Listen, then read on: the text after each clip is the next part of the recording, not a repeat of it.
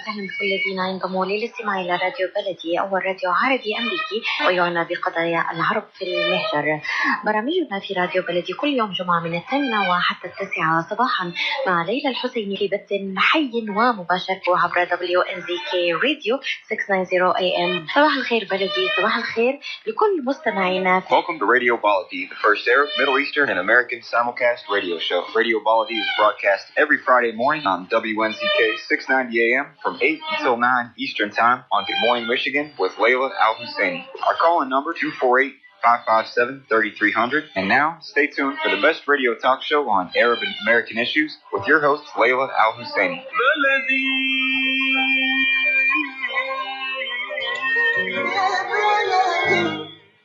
Good morning, and thank you for being with us. This is Khalil Hachem, editor of wnzk.com, the fastest growing digital business magazine in the Middle Eastern communities in Michigan. The show is brought to you in cooperation between wnzk.com and US Arab Radio. Today is Friday, November 22nd, 2019. The weather is a bit cold, although it's better than has been before in the past few weeks. We're not complaining. The snow has melted, and it's about 30-something degrees. It's above freezing. It's expected to reach in the 40s, the low 40s, although next week we are expecting a little bit cooler weather. But we can deal with it because it's a happy week next week. It's Thanksgiving, and I love this holiday. Thanksgiving is a great, great holiday. It's that kind of holiday where it doesn't have any meaning except being thankful for everything we have, being thankful for the good health, good friends, good family, and trust me, there are a lot to be thankful for and we can remember. You know, I used to do this exercise I came up with a long time ago. When things get tough, I just get a piece of paper and I just draw a line right in the middle. And I put on the top good and on the other side bad. And I list everything good of my life and I list everything bad of my life. And all the time, without exceptions, all the time, I find out that I'm blessed with a lot of things that I'm not really thankful for. So let's give thanks all the time and enjoy the holiday with family and friends. And when it comes to turkey, I don't know about you, but I like to cook my own. And even if it's just the immediate family, and we do it every year, and I don't mind it eating it for 2-3 days. And I do it the old-fashioned way. I learned it how it was done, and I do it the old-fashioned way. It's just delicious. I urge you to do that. And, you know, explain to your family, explain to your children the relevance of the holiday, which is giving thanks to the Lord, giving thanks for everything we have. And we shouldn't really shy away from something like that. I know that some people in our community shy away from this holiday and other holidays, but you know what? You live in America. And this is part of being an American and part of taking advantage of every holiday. Like I do, I take advantage of every holiday and I celebrate it. There's a lot in the news this week. Impeachment is going on in Washington. And now we're going to go to phase number 2, in which the House of Representatives will put the impeachment article together. And then, they put it together and then they vote on it. And most likely it will go into the Senate. Now, the Senate is a totally different animal there. We don't know what will happen there. And we don't know whether, it'll play the same play in the, in the House. It has played in the House. What happened is that the House of Representatives has found enough evidence that the president abused his power, and they're going, they're going to vote on it. We're waiting for our friend Amer to join us. And He's on. He's on. Okay. Good morning, Mike. How are you? Doing well. Wonderful. Good morning. Thank you, Mike. I appreciate it. Good morning, our producer, Mike Shabara. And good morning, Amer. Good morning, Khalil. How are you? Thank you so much. I'm very good, and I hope you are. It's Friday, it's the end of the weekday, and there's a lot of news out there. So, And I want to thank you for being with us. And again, I know how precious it is for you to wake up early. So we have a lot of news. We have impeachment. We have the U.S. handing the Israelis, really a blank pass to do whatever they want to do with the occupied territories. We like to talk about the legality of that. And then we also have that the community is upset with the Michigan governor for going to Israel and praising Israel at a time when Israel was attacking Gaza. So which one do you want to tackle first? Well, let's get the impeachment thing out of the way just because I want people to fully, and I think that you sort of explained it pretty well, but so that people fully understand the process in our community. They've had these hearings now, which if you think of this like a sort of like a police investigation, now they've had these hearings, which is, sort of when the police are, when you watch Law and Order, right? If you watch Law and Order, this part that we've seen so far is, okay, there was a crime and we're going to go around asking people questions and just gather information. And now that they've thought they've gathered enough information, they are going to draft these articles of impeachment and vote on them. In the Law and Order episode, that's like when they go to the prosecutor and they say, okay, we're giving you all this evidence. We want you to charge somebody. And so then they charge and arrest somebody. And that is what will happen basically after the impeachment articles are passed and he's impeached. When he's impeached, that's the equivalent of like charging him with a crime. And then we go to the Senate and we have the actual trial, which is the last part of Law and Order when you see everybody in the courtroom. That's what the Senate is. So the Chief Justice of the United States will come to the Senate. He will be the sort of judge presiding over this trial. The president will have lawyers. The House Democrats who impeach him will have lawyers. They could call witnesses. They make their case. And the Senate is the jury. The actual members of the Senate are the jury, and 2/3 of the senators need to vote in order for him to actually be removed from office. But the likelihood that he's going to be impeached, of course, now seems very high. Remember, impeachment does not equal removal. Impeachment just means you've been impeached, and now you're going to have a trial. So like Bill Clinton was impeached, but he wasn't removed. That's probably likely what's going to happen with Trump, too, unless the Republican senators sort of tell him. See, I don't see any scenario where they actually remove him with a vote. I see two scenarios where they've decided sort of they're not going to remove him with a vote, so they have a vote to sort of legitimize that he stays in office. Or if the Republican senators decide that this is too much and they're going to vote to remove him, they would probably go to him before that happens and have him resign so that he doesn't actually be removed through a vote. Just like Richard Nixon. Yeah, and Richard Nixon resigned at an even earlier time. Richard Nixon was never actually impeached. He resigned before the articles of impeachment were even put forward because the Republicans at that time came to said to him, we can't support you anymore. On the other hand, the Democrats came to Clinton from the beginning and said, we're going to support you fully throughout this process. So he went through the process of being impeached, knowing that he would never get convicted in the Senate. Here, we're still in a limbo between knowing which way this might break. Yeah. Because we would need more Republicans to side with Democrats. What's the count now? 50, or 49, 51, or something like that? No, now it's more. There's 53 Republican senators. So you need 67. 53, yeah. So there's 47,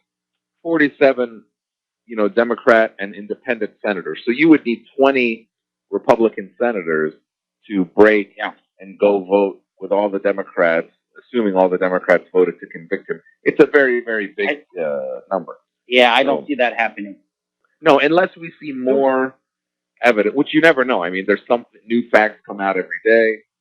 We still haven't heard from some of the major witnesses in this thing. And that's why this isn't really functioning like a criminal trial. In a criminal trial, if somebody calls you to testify, you come testify. Here, there's a lot of politics where they've called people to testify and then they say, no, executive privilege, or no, I don't really want to. And that wouldn't happen in a real criminal trial. So this is a political process, and we're seeing the sort of shortcomings and the uniqueness of it. But that's the way the process will work from here on out. Yeah. I like to remind listeners that it's not about picking on the president. This is what Congress is supposed to do. If they suspect that the president has abused his power, they're supposed to investigate.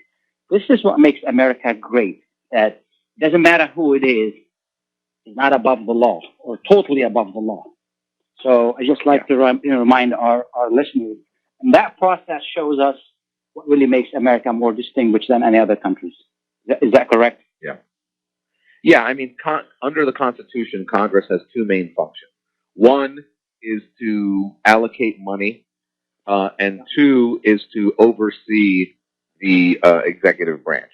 So they are doing what they are supposed to be doing right now, according to the Constitution.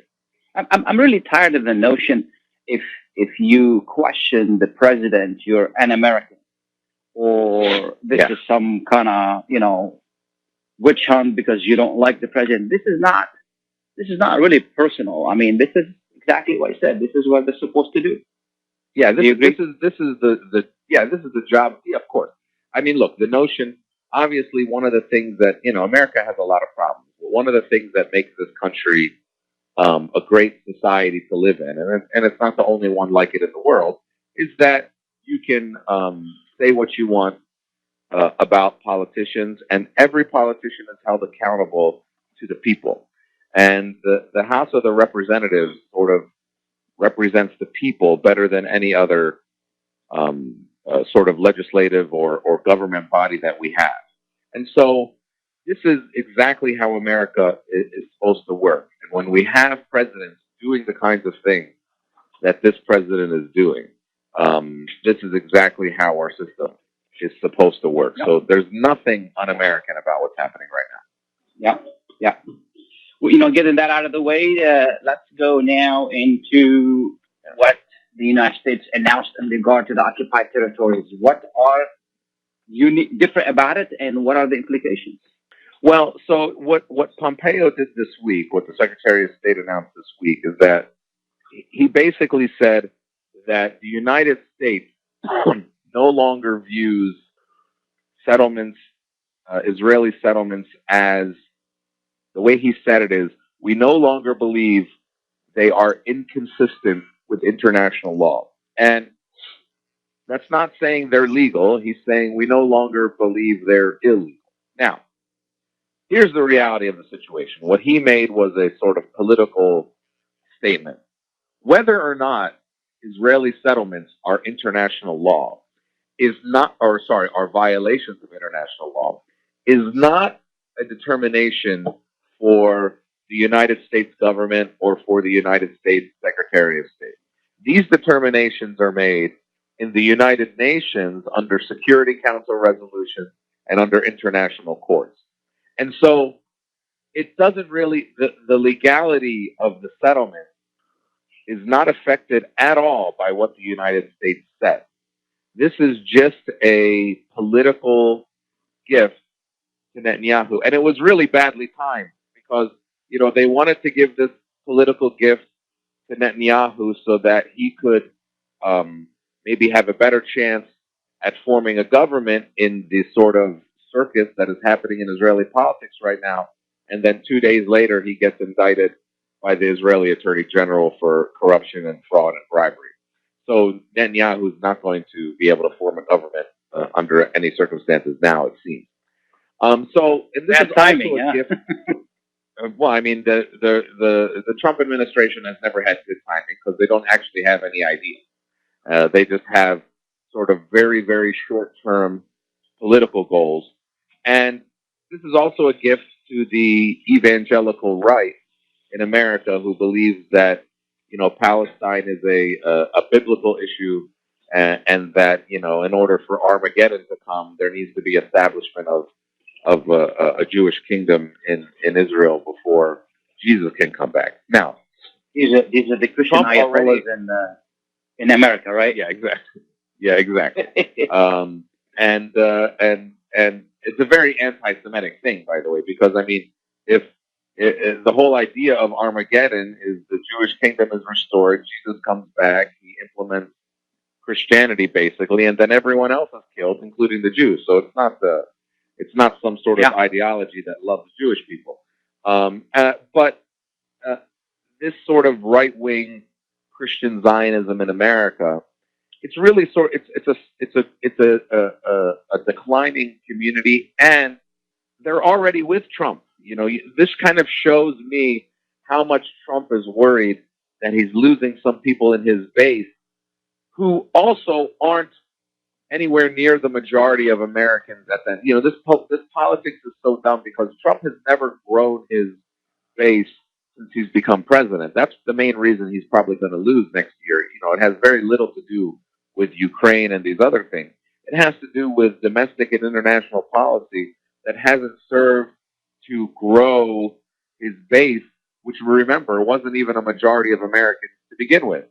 And so we saw in 2018 and now some elections in 2019 where his candidates are losing to Democrats in places that he won overwhelmingly, like Kentucky and Louisiana in 2016.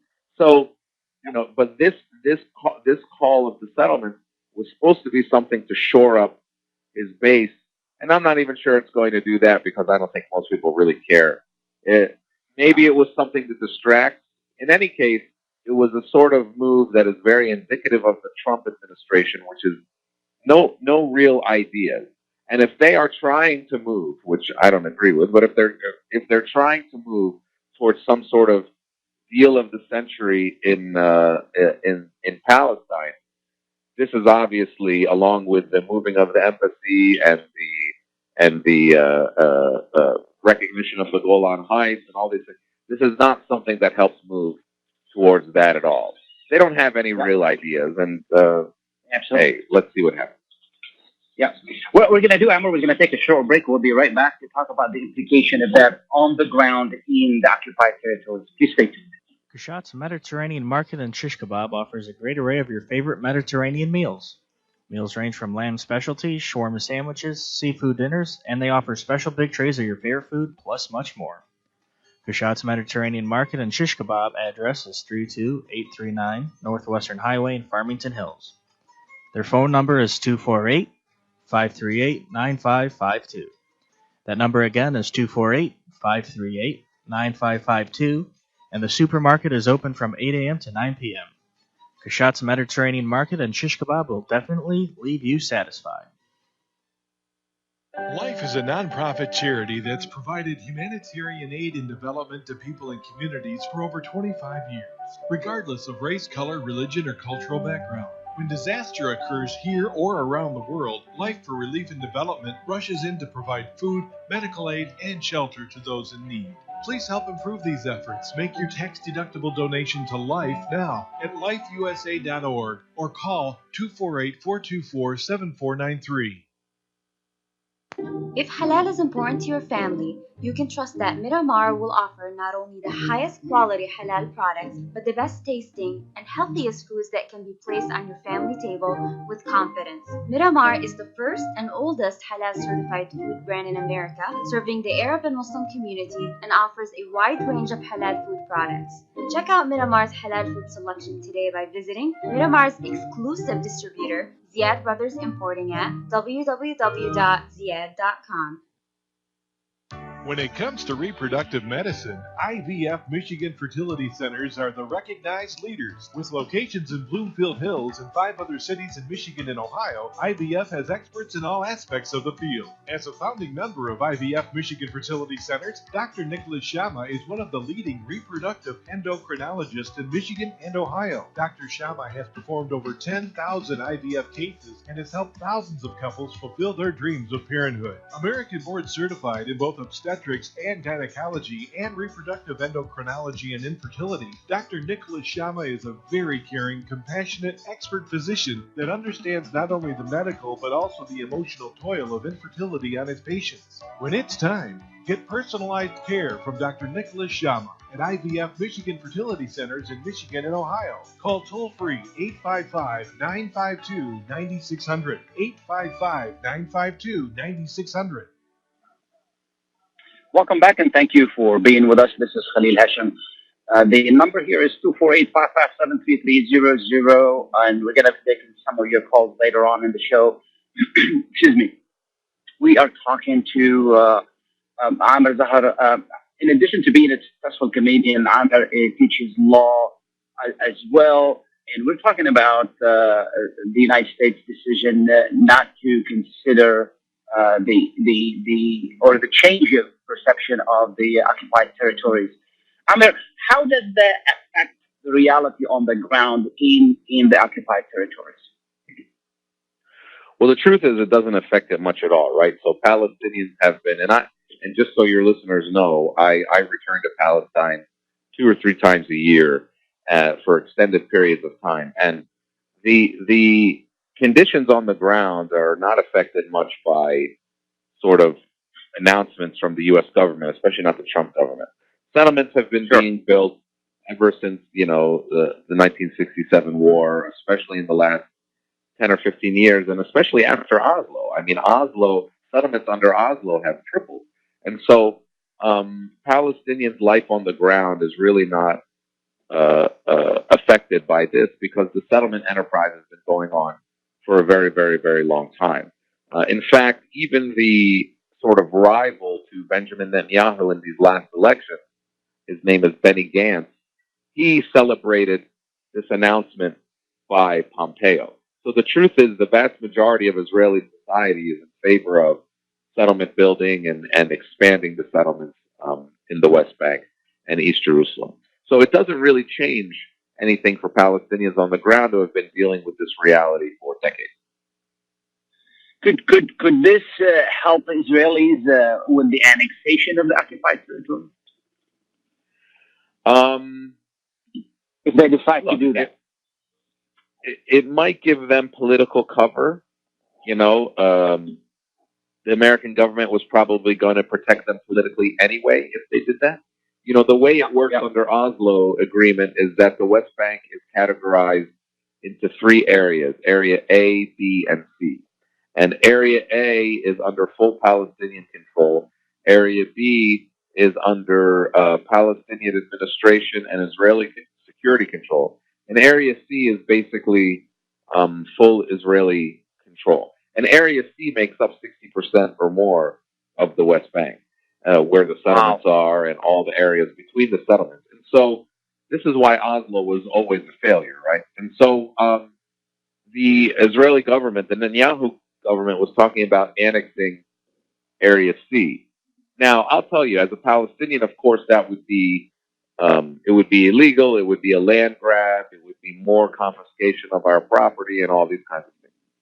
But I don't believe there's going to be 2 states ever anyway. I believe that we have to get to a situation where we have 1 state in all of the land of Palestine, and it should be a democratic state that doesn't discriminate against people based on their religion or their ethnicity, and 1 democratic secular state under democracy. Now, the Israelis don't want that. They would like to have 1 state, but they would like us all either to leave or have some sort of 2nd or 3rd or 4th class legal status.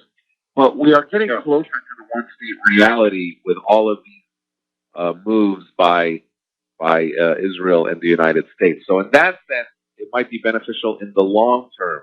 But of course, all of these things still affect negatively the everyday life of Palestinians on the ground.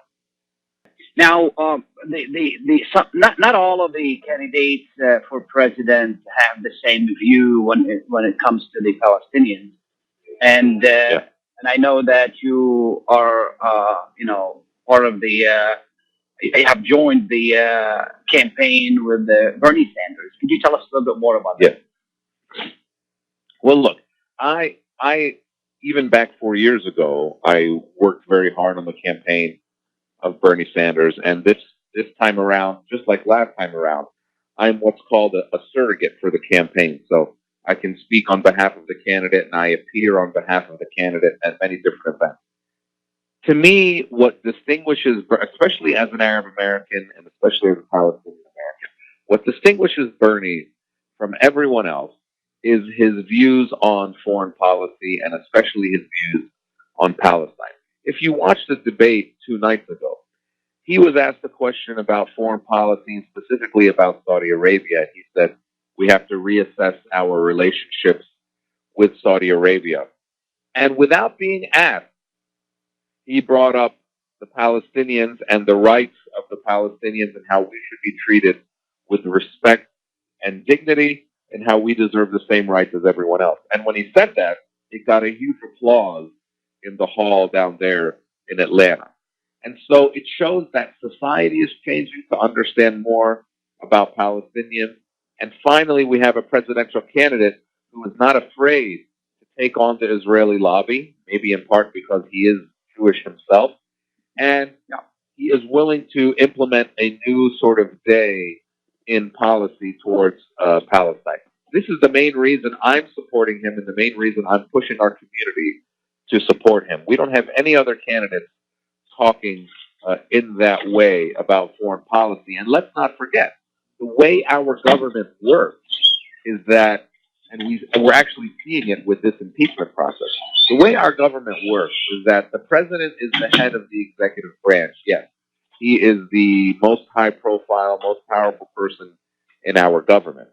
But for domestic programs, like, let's say, Medicare for All or raising the federal minimum wage to $15, these are things that the president needs Congress to come along with him on. And so, and he needs, the American people and Congress to pass laws that he can sign or she can sign to make these things a reality. However, when it comes to foreign policy and setting foreign policy and executing foreign policy, the president basically does this on his own, by himself, with his own initiatives, and Congress has very little, if no role in that, as we see with this Ukraine thing happening right now. So, if you are someone who is interested in a real change in American foreign policy, and especially a president who will do that in relation to Palestine, I think Bernie Sanders is the man, because while the Medicare for All and other things might get caught up in Congress and compromises, foreign policy will change on day one because the president has almost unchecked power. So that is why I am standing with Bernie Sanders, and I hope other people do. He changes. Look, and some people in our community will say he doesn't go far enough, and he still says he's pro-Israel when that word's come out. And yes, I agree. He doesn't go far enough. But what you look for in a presidential candidate is someone who is going to fundamentally change the conversation, and someone who, because you have a positive relationship with, you can maybe push them to do more in the future. If we think about it in those ways, then Bernie Sanders is definitely the candidate for us. Absolutely, absolutely. What we're going to do is we're going to take another break, and then when we come back, we're going to be talking about what's going on with Michigan governor. Please stay tuned. Yes. إلي ساعة عم بستناك مشان نروح نتغدى بالشام. الشام؟ إيه بالشام ومو بالشام. شلون صارت هي؟ بدل ما نروح نتغدى بالشام. إيه جابوا لنا الأكلات الشامية الطيبة لعنا لهم. وشلون بقى؟ هذا مطعم دماس عم يعمل كل الأكلات الشامية الطيبة هو. طيبة؟ طيبة كتير. شرفوا نتغدى سوا بمطعم دماس.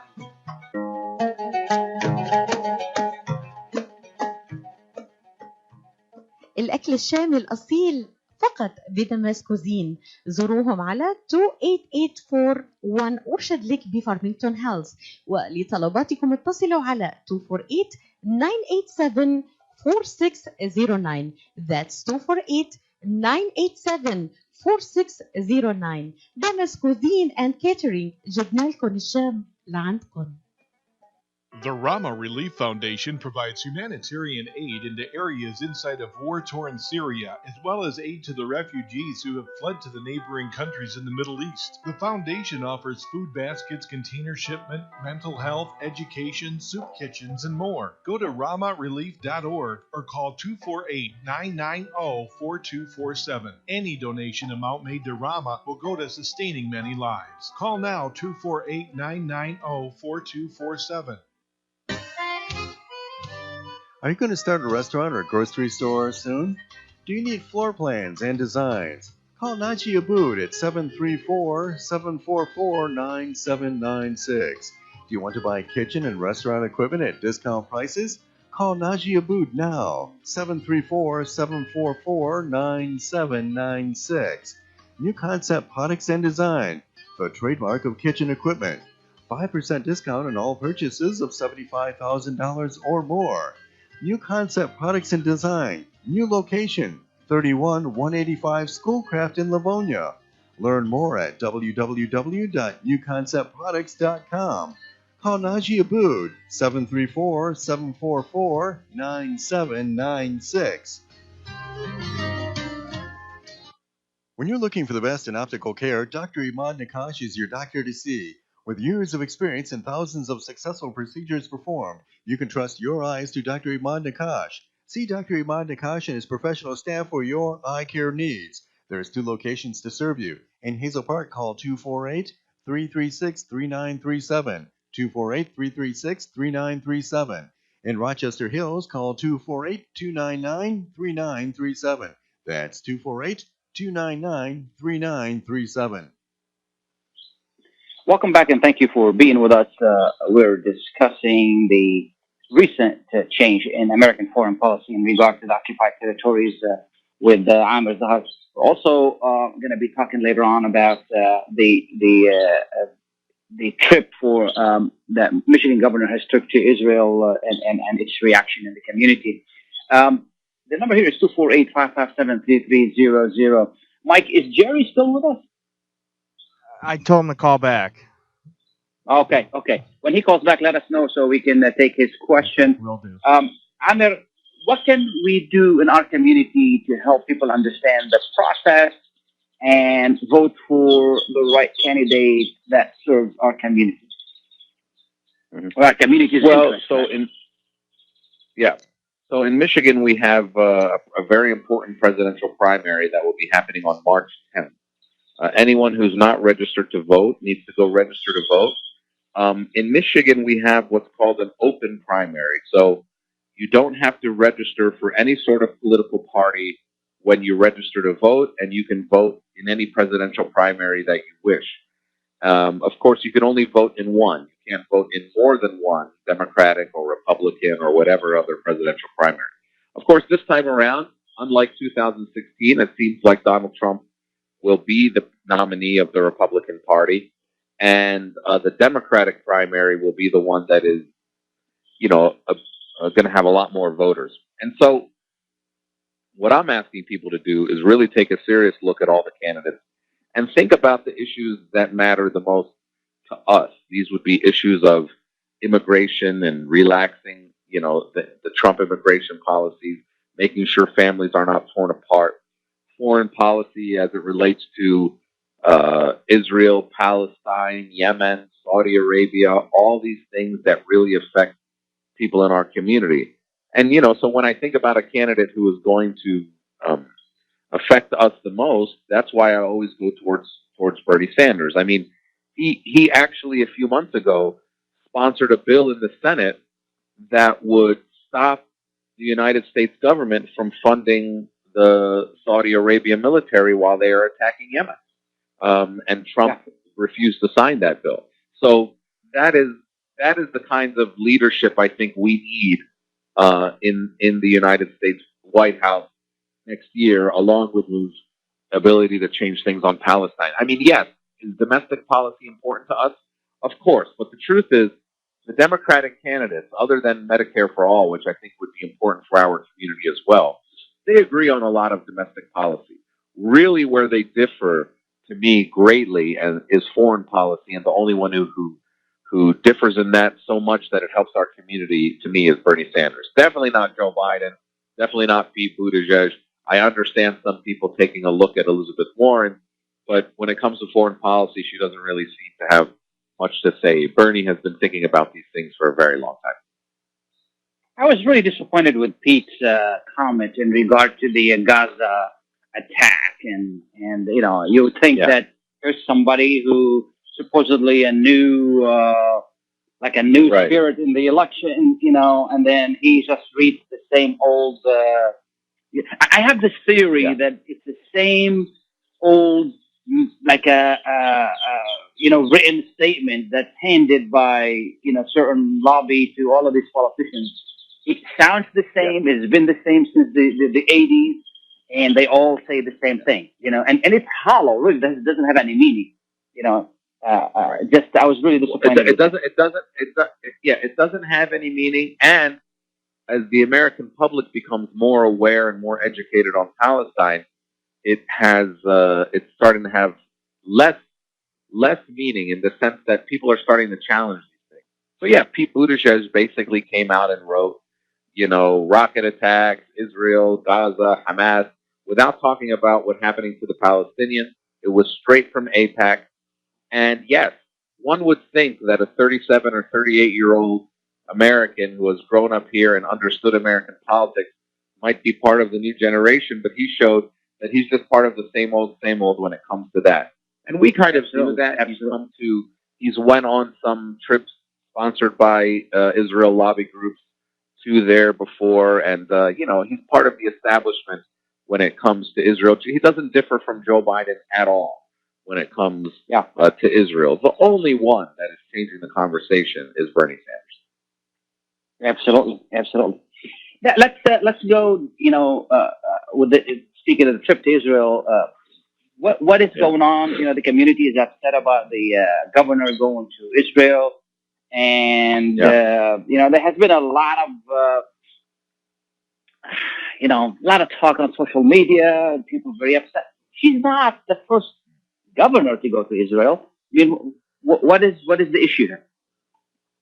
So I think there's a lot of factors that led to our reaction in this case. First of all, she and her office announced this trip the day she was leaving.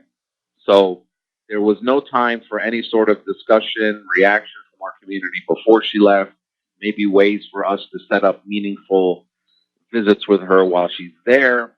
This was totally set up by the pro-Israel community and only announced to the whole state the day she left. So that was obviously a decision to keep it a secret until she left. That's number one. Number two is that we as Arab Americans, we had a similar issue with her last year when she came out in strong support for Israel during her governor campaign and said that she supports the anti-BDS legislation which exists in the state of Michigan. We asked her to change her mind on that. She said no.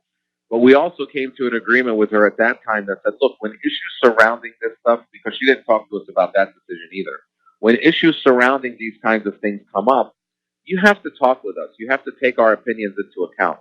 And she said that she would. And then this thing happened with her going on the trip. Now, also, of course, it's in the middle of the Israelis bombing Gaza, killing 50 people, killing a family of 8 while they slept, including 5 children. It also comes in the middle of the Israeli government is totally in limbo. They are under the most racist prime minister maybe they've ever had, even though all of them have been racist, but this guy is especially racist, talking about Arabs as an existential threat to the existence of the state of Israel. And on top of that, we have a situation, of course, where a few months ago, Rashida Tlaib, who is a member of the Michigan congressional delegation, was refused the right to enter her own homeland because of her political views about BDS. And now we have the governor with all these factors going there and pretending like everything's okay and not taking into account the needs of the community, which of course is the largest Arab American community in any state in the United States. So we felt like it was a real slap in the face to us. And by the way, yes, other governors went. But our community is different. Our community is more mature now. We're more willing to stand up to these politicians. It's not like we were happy before, but now we are more mature and we are more willing to stand up to them, and there's nothing wrong with that. Politicians respect you more when you stand up for what you believe in. And so another factor is she took the chief of police of the Michigan State Police with her to Israel. Why? I mean, the Israeli police and military have been denounced by human rights groups around the world for their use of excessive force, racial profiling, collective punishment. Does the director of the Michigan State Police think that these are things that he's going to learn, import these values back here into the state of Michigan? It's ridiculous. And they say they're going on an economic trip. The top 10 economic partners trade partners with the state of Michigan. None of them are Israel. So this is a political trip. This is something to appease the pro-Israel community. We understand that. We were completely ignored. She didn't come to us and say, hey, I'm going to go. Look, the governor is the governor. She can go where she wants. She can come to us, though, and say, look, I'm going to go on this trip. Do you have any suggestions for me? Are there any things you'd like me to know? Are there any people you'd like me to meet? That's not what happened. She completely ignored us and disrespected us and discounted us and disregarded us. And that is something. And this trip was done in cooperation. You know, while it was done in cooperation with the Jewish Federation, all these things, it was also done in full cooperation with a government agency called the Michigan Economic Development Corporation. So this is not a private trip. This is a public trip done in conjunction with government agencies. And we were left out of the discussion. So that is why all of these factors put together is why we were so angry about it. Absolutely, absolutely, and rightly so. What do you plan to do to address the issue with the governor? Well, we had a press conference yesterday, which I'm sure you heard of, here in Dearborn, led by me. I represent a group called New Generation for Palestine, led by Osama Siblani, the head of the Arab American News, and by Nasser Faydoun, who is the head of the Arab American Civil Rights League. We held a press conference. We had Channel 4, Channel 7, Detroit News, WWJ, Arab American News, What's Up Media here in Dearborn. Many people who were there to put out the word of, and there was a Detroit News article written about it as well, to let people know and the governor know how we feel. We didn't demand a meeting with the governor. Of course, we'd be happy to meet with the governor, but we were letting our concerns be known. And hopefully when the governor comes back from this ridiculous trip, she might sit down and say, wow, okay, I made a mistake here. Let me go and talk to this community. And of course, we'd be happy to talk to her. But we're not going to run to her. It's her job to run to us. Let's understand, she works for us. And we voted for her. And we got behind her because we thought it was the best thing for our community. Obviously, in this case, we were wrong. Yeah, yeah.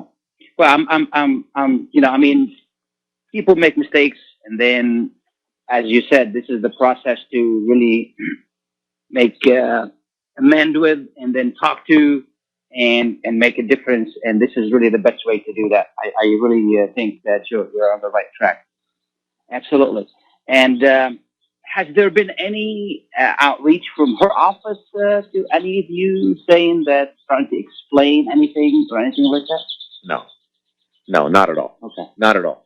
Look, this was a decision made on purpose. She knew. Look, the governor is not stupid. She knew that our community would have something to say about a trip like this to Israel. She knew that we would be upset about it and we would want to talk to her about it.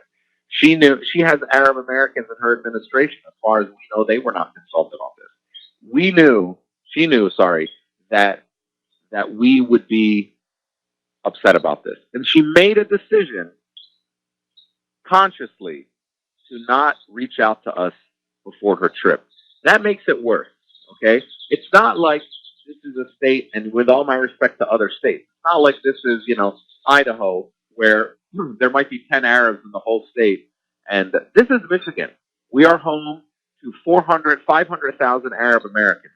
And while we have disagreed on many things amongst ourselves, Palestine has always been at the center of our political activism and the center of the thing that we agree on. And so for her to come and take this community, which is a diverse community, Muslims, Christians, people who come from different places, and also tens of thousands of people, maybe more, who are here in America as immigrants and refugees directly because of what Israel has done to us. And she knows that. None of this is a surprise to her. To consciously ignore us is something that we cannot stand for. Yeah. Is there anything I haven't asked you that is of an importance that you like to share with our listeners on any of the topics that we discussed? No, Khalil, I'm just waiting to get off the phone so I can go back to sleep. I don't know why. I don't know why you asked me a question like this. No, I mean the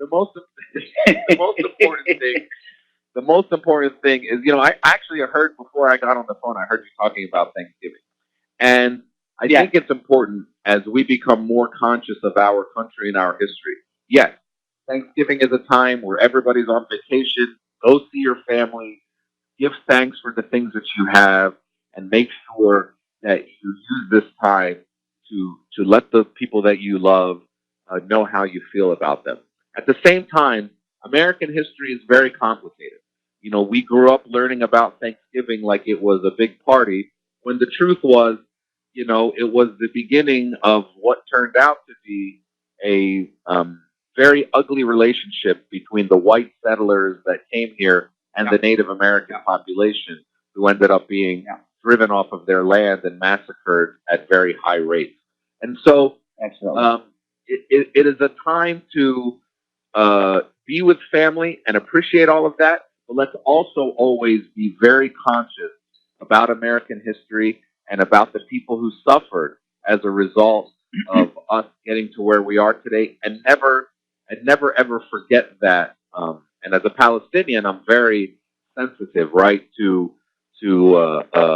celebrating a holiday where, you know, settlers came from somewhere else and pretended like they liked the native people, and then stole their land and stole their food too. So, you know, this is something we always have to stay aware of. And I think at a time like this, because we still have little kids going to school and learning that, you know, Thanksgiving is a time when the Native Americans and the white settlers were just, you know, getting along, and it was a big party. And we should teach our kids that, you know, things are complicated. And there was a group of people that suffered. And yes, we're here and we're having a big dinner with a big turkey, and we're all going to have fun.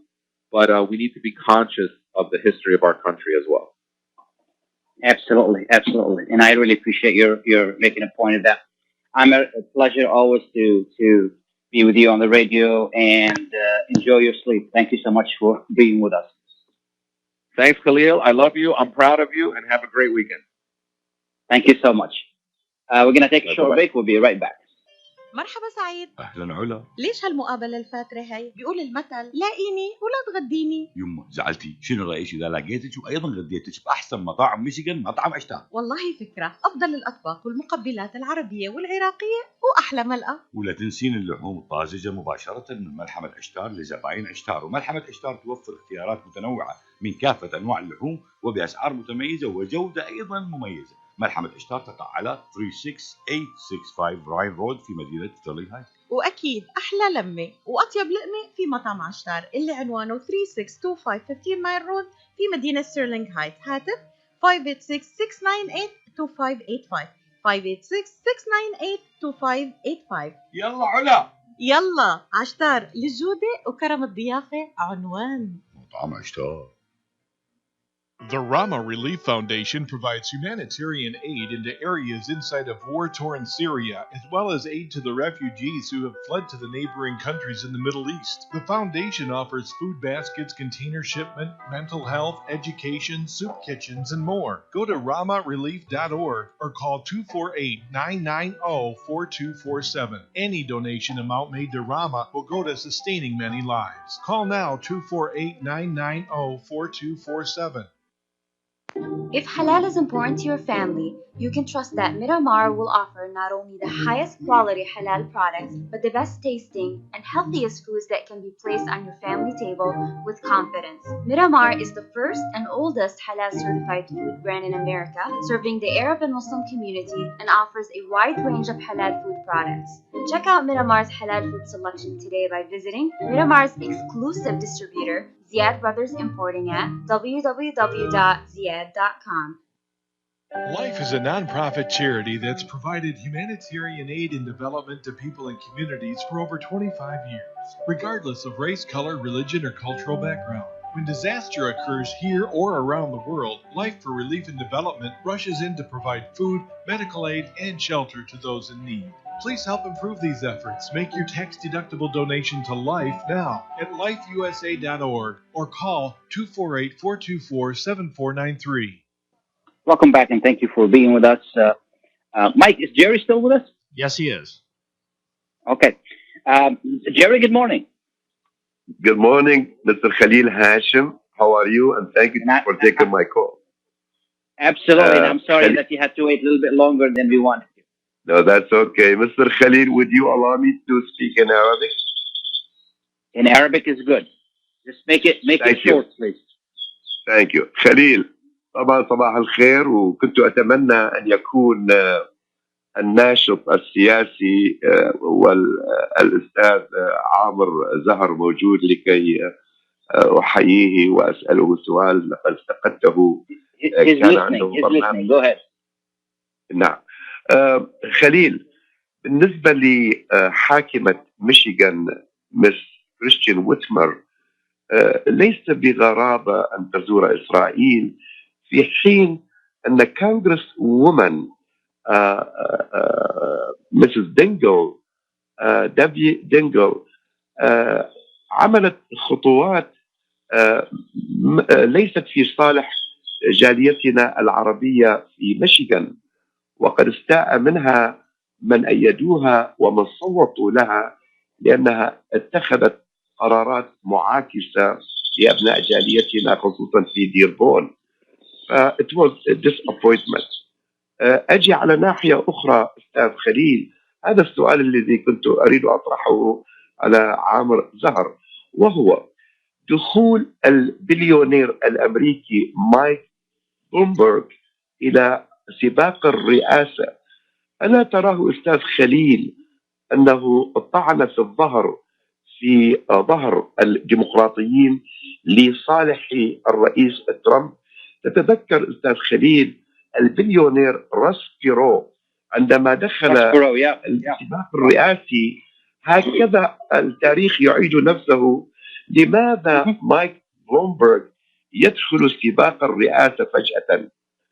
فحبيت أنا أناقش هذا الموضوع معك. Well, Jerry, politics are really very unusual game, and the Democrats themselves, aside from who's running, the Democrats themselves don't feel like they have a front runner.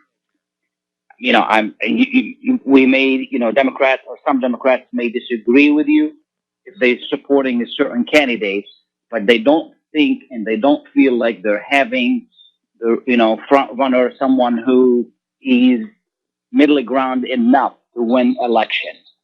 A lot of people, when Bernie Sanders ran last time, a lot of people said that he wouldn't get any traction, and he did. He fired up the young generation. He won Michigan. He won several states. He surprised a lot of people. And I think that the Democratic Party made a mistake of banking on Hillary Clinton instead of really banking on promoting Bernie Sanders and tried to bring him a little bit more to the middle and then promoting, Bernie Sanders.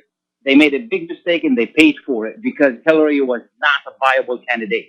She had a lot of problems and then it showed.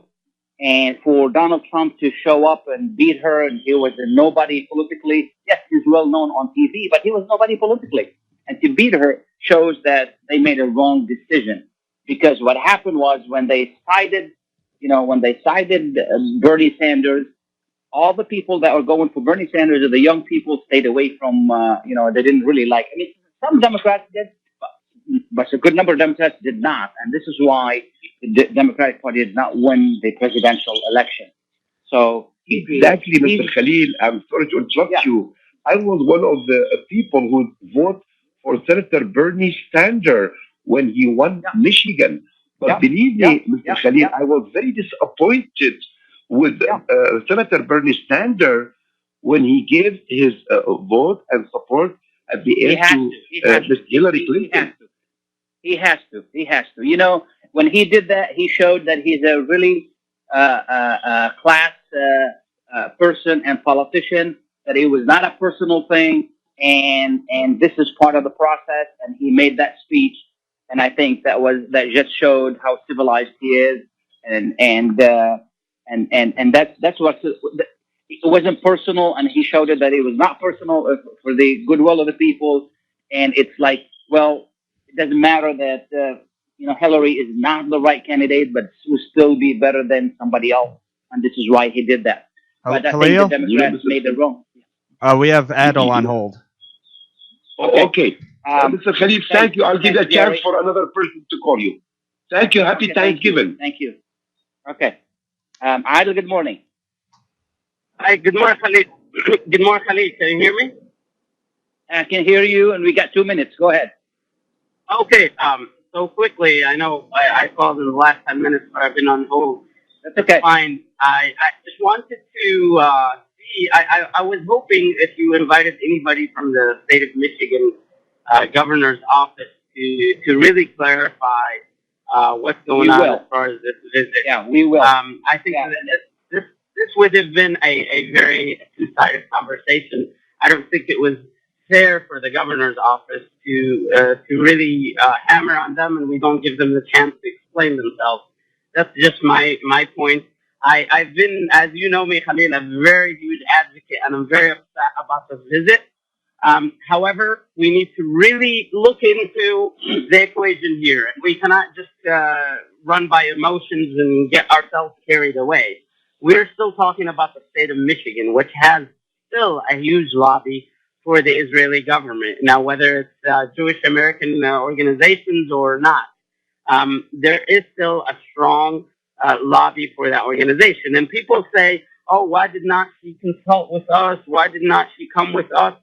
I'm saying she already appointed folks from our community who we actually can ask about if they knew about the trip and if she consulted them in this trip. I do understand that Israel is not one of the huge, trade partners in the U.S. or for the state of Michigan. They might be after the 10th place. However, the governor actually has freedom to go wherever she wants. Nobody should question her. Why did you start with this country or this country? I do question why would she take a police chief with her. That's kind of very concerning and very disheartening.